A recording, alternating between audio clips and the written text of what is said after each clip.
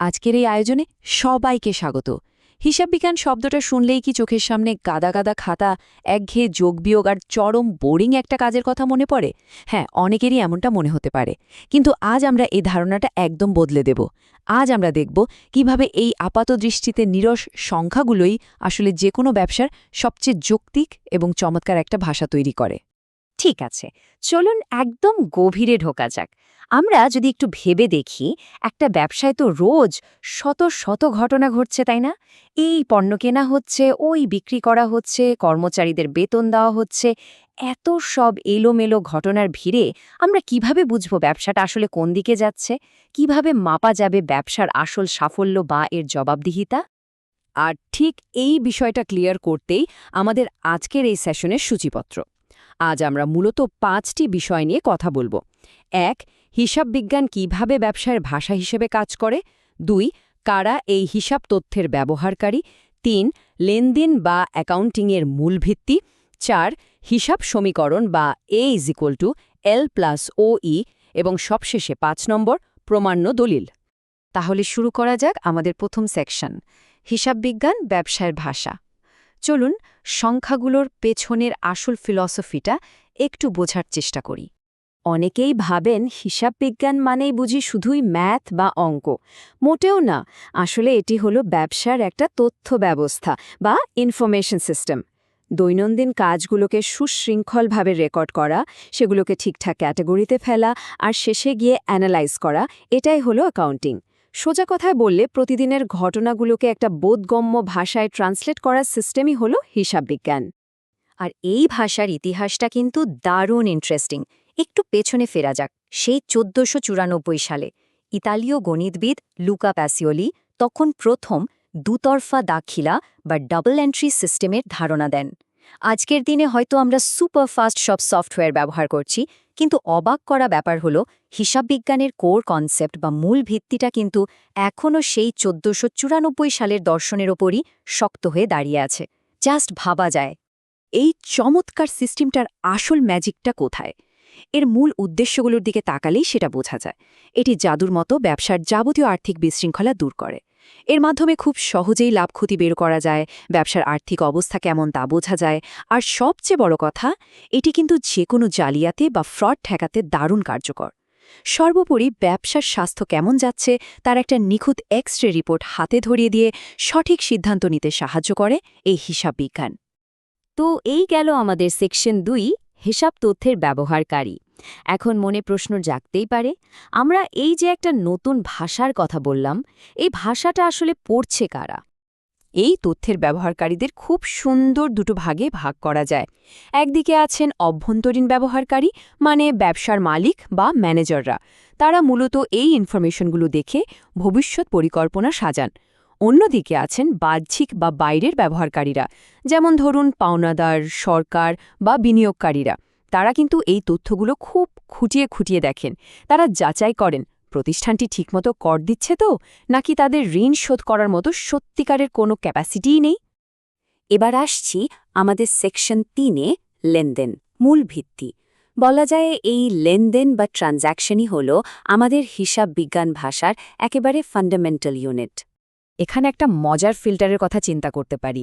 একটা ব্যবসায় তো প্রতিদিন অনেক ঘটনা বা ইভেন্ট ঘটে, কিন্তু সব ঘটনা কিন্তু লেনদেন নয়। ধরা যাক 7,000 টাকা বেতনে একজন নতুন ম্যানেজার নিয়োগ দেয়া হলো। এটা একটা বড় ঘটনার ঠিকই, কিন্তু এর ফলে ব্যবসার আর্থিক অবস্থার কোনো পরিবর্তন কি হয়েছে? টাকা কি হাতবদল হয়েছে? না। কিন্তু যখন কোনো পাওনাদারকে 10,000 টাকা পরিশোধ করা হলো, তখন কিন্তু ঠিকই ক্যাশ টাকা হাতবদল হলো আর আর্থিক অবস্থারও পরিবর্তন হলো। আর ঠিক এই পয়েন্টেই একটা সাধারণ ঘটনা ফিল্টার হয়ে লেনদেন বা ট্রানজ্যাকশনে পরিণত হয়। তার মানে লেনদেন হতে হলে কিছু নির্দিষ্ট শর্ত মানতে হবে।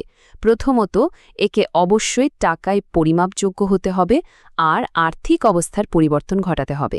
এতে অন্তত দুটো পক্ষ থাকবে, যাকে আমরা বলি দ্বৈত সত্তা। আর সবচেয়ে ইন্টারেস্টিং ব্যাপার হলো, লেনদেন যে সবসময় চোখে দেখা যাবে এমন কিন্তু কোনো কথা নেই।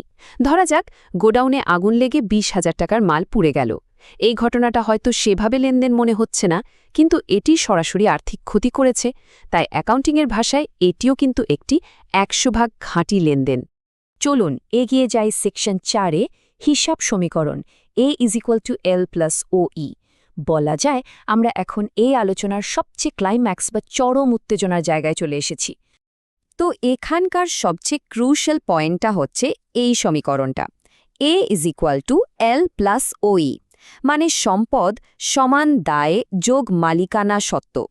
এটি হলো অ্যাকাউন্টিংয়ের হোলি গ্রেল বা সবচেয়ে বড় সত্ত্ব। ব্যবসার মোট সম্পদের ওপর বাইরের মানুষের দাবি আর মালিকের নিজের দাবির ব্যালেন্স সবসময় একদম দাড়িপাল্লার মতো সমান সমান হতে হবে, একটুও এদিক ওদিক হওয়ার চলবে না। একটা উদাহরণ দিয়ে ব্যাপারটা আরেকটু ক্লিয়ার করা যাক। ধরা যাক ব্যবসার শুরুতে ৫,০০০ টাকা নগদ ইনভেস্ট করা হলো। তাহলে কি হলো? সমীকরণের বাঁ দিকে ব্যবসার সম্পদ বা নগদ টাকা ৫,০০০ বেড়ে গেল। ঠিক একই সাথে ওই যে দাড়িপাল্লার কথা বললাম, সেটা মেলাতে সমীকরণের ডান দিকে মালিকের মূলধন বা মালিকানার সত্ত্ব ৫,০০০ টাকা বেড়ে গেল। মাত্র একটা সিঙ্গেল ডিসিশন কিভাবে একই সাথে সমীকরণের দুই দিকে ধাক্কা দেয় আর ব্যালেন্স ধরে রাখে, এটা তার একটা পারফেক্ট প্রমাণ। এবার আমাদের শেষ অংশ, সেকশন 5, প্রমাণ্য দলিল। থিওরির এই সুন্দর জগৎ থেকে এবার একটু রিয়েলিটিতে ফেরা যাক। এতক্ষণ যে সমীকরণ আর লেনদেনের গল্প শুনলাম, বাস্তবে এগুলো প্রমাণ করব কিভাবে? ব্যবসার জগতে একটা কথা খুব পপুলার, বিশ্বাস করুন কিন্তু যাচাই করুন। কেউ এসে মুখে মুখে একটা অ্যামাউন্ট বলে দিল আর আমরা মেনে নিলাম, অ্যাকাউন্টিংয়ে এমনটা হওয়ার কোনো চান্স নেই। মানুষের মেমোরির উপর নির্ভর করে তো আর বিশাল সব ফ্রড ঠেকানো যায় না। তাই পুরো হিসাব ব্যবস্থার সততা ধরে রাখতে হলে একদম সলিড ফিজিক্যাল বা কাগজের প্রমাণ লাগে। যেমন ধরুন এই চালানের বিষয়টা। যখন পণ্য কেনা বেচা হয়, তখন বিক্রেতা পণ্যের ডিটেলস, পরিমাণ, রেট আর মোট দাম লিখে এই চালানটা তৈরি করে ক্রেতাকে বুঝিয়ে দেন। এটাই হলো পণ্য আদান প্রদানের একদম ফার্স্ট এবং সবচেয়ে স্ট্রং লিখিত ডকুমেন্ট। এই চালান ছাড়া কিন্তু হিসাবের খাতায় কোনো কিছুই অফিসিয়ালি এন্ট্রি করা যায় না। এরপর আসে ক্যাশ মেমো। বাকিতে নয়, যখন একদম নগদ টাকায় কেনাবেচা হয় তখন এই ক্যাশ মেমো ডাক পড়ে। এটি যে কোনো নগদ লেনদেনের একটা ইনস্ট্যান্ট প্রুফ হিসেবে কাজ করে। ওই যে ক্যাশ বাক্সে কত টাকা ঢুকলো আর বের হলো তার স্বচ্ছতা নিশ্চিত করার সবচেয়ে বড় হাতিয়ারই হলো ক্যাশ মেমোর এই ছোট্ট কাগজগুলো। আয় আর ব্যয়ের ডকুমেন্টগুলোর মধ্যে কিন্তু দারুণ কিছু পার্থক্য রয়েছে। ডেবিট ভাউচার আর ক্রেডিট ভাউচারগুলো দেখলে বোঝা যায় একটা ব্যবসার খরচের জন্য এবং আয়ের জন্য কতটা নিখুঁতভাবে আলাদা আলাদা পেপারওয়ার্ক করতে হয়। এই যে এত সব সূক্ষ্ম হিসাব নিকাশ আর পেপার ট্রেল, এগুলোই কিন্তু প্রতিটা ধাপে গ্যারান্টি দেয় যে আমাদের ওই হিসাব সমীকরণটা যেন সব সময় একদম পারফেক্টলি মিলে যায়। তো আজকের এই সেশনটা শেষ করার আগে একটা গভীর চিন্তার বিষয় সবার জন্য রেখে যেতে চাই। একটা ব্যবসার প্রতিটা লেনদেন যদি সমাজের কোনো না কোনো পরিবর্তন আনে, তবে এই খতিয়ানের খাতাগুলো আসলে কিসের গল্প বলছে?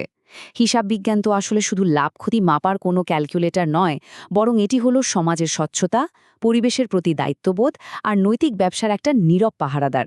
আশা করছি আজকের পর থেকে অ্যাকাউন্টিংয়ের এই সংখ্যাগুলো দেখলে আর বোরিং লাগবে না, বরং এর পেছনের লজিকটা পরিষ্কার হয়ে যাবে। এই সংখ্যাগুলোর পেছনের আসল গল্পগুলো নিয়ে ভাবতে থাকুন।